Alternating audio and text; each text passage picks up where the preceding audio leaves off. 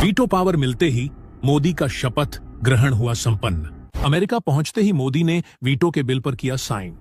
मोदी के 3 मिनट के भाषण ने पूरे यूएनएससी को मंत्रमुग्ध कर लिया। एक के बाद एक 193 देशों में से 180 देशों ने वीटो पेपर पर किया साइन।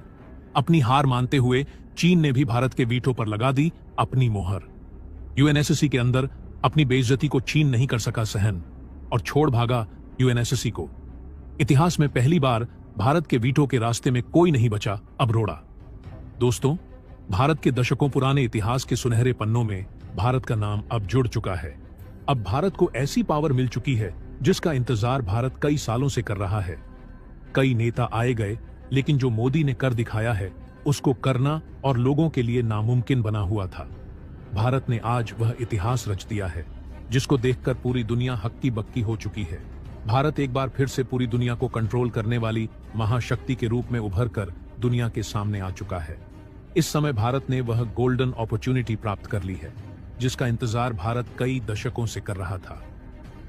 दोस्तों, अमेरिका की धरती पर पहुंचते ही भारत ने अपने विश्व गुरु की कुर्सी को दोबारा से ग्रहण कर ली है और इस अहम मौके पर भारत के पीएम नरेंद्र मोदी ने विश्व गुरु के तौर पर संयुक्त राष्ट्र सभा में अपनी दहाड़ लगाते हुए दुनिया के कई देशों को संबोधित किया, जिसके बाद पूरा संयुक्त राष्ट्र सभा मोदी की नारों से गूंज उठा और स्थायी सदस्यता मिलते ही भारत ने दुनिया के कई देशों को कुछ ही सेकंड के अंदर कड़ी चेतावनी दे डाली है, जिसमें कुल मिलाकर के 32 देश शामिल हैं जिन्हें भारत ने अपने रडार पर लिया है।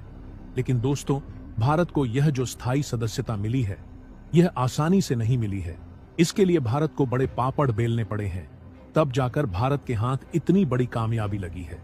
भारत को संयुक्त राष्ट्र सभा में स्थायी सदस्यता मिले, इसके लिए 2 देशों ने पूरे यूनाइटेड नेशन से लड़ने को तैयार हो गए थे और वह देश कोई नहीं अमेरिका और भारत का सबसे करीबी मित्र रूस है।